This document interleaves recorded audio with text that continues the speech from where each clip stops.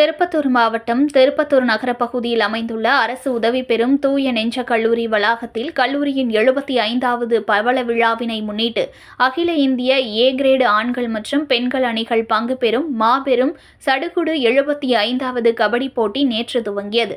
தொடர்ந்து 28ஆம் தேதி வரை 4 நாட்கள் நடைபெறும் இப்போட்டிக்கு இந்தியாவின் பல்வேறு மாநிலங்களிலிருந்து தேர்ந்தெடுக்கப்பட்ட 16 ஆண்கள் மற்றும் பெண்கள் அணிகள் என 32 அணிகள் பங்கு பெறுகின்றன. இந்தியாவிலேயே முதன்முறையாக வெற்றி பெறும் இரு பிரிவு அணிகளுக்கும் முதல் பரிசாக 6 லட்சம் ரூபாயும், இரண்டாம் பரிசாக 3 லட்சம் ரூபாயும், 2 அணிகளுக்கு தலா 2 லட்சம் ரூபாய் வழங்கப்பட உள்ளது. இந்நிகழ்ச்சியில் மாவட்ட ஆட்சியர் சிவசவுந்தரவள்ளி, விஐடி நிறுவனர் மற்றும் வேந்தர் விஸ்வநாதன், அர்ஜுனா விருது பெற்ற கபடி விளையாட்டு வீரர் மணத்தி கணேசன், சட்டமன்ற உறுப்பினர் தேவராஜ் உள்ளிட்ட பலர் பங்கு பெற்று துவங்கப்பட்ட இந்த சடுகுடு 75வது கபடி போட்டி நேற்று 2வது நாளாக மக்கள் ஆரவாரத்துடன் கோலாகலமாக நடைபெற்றது.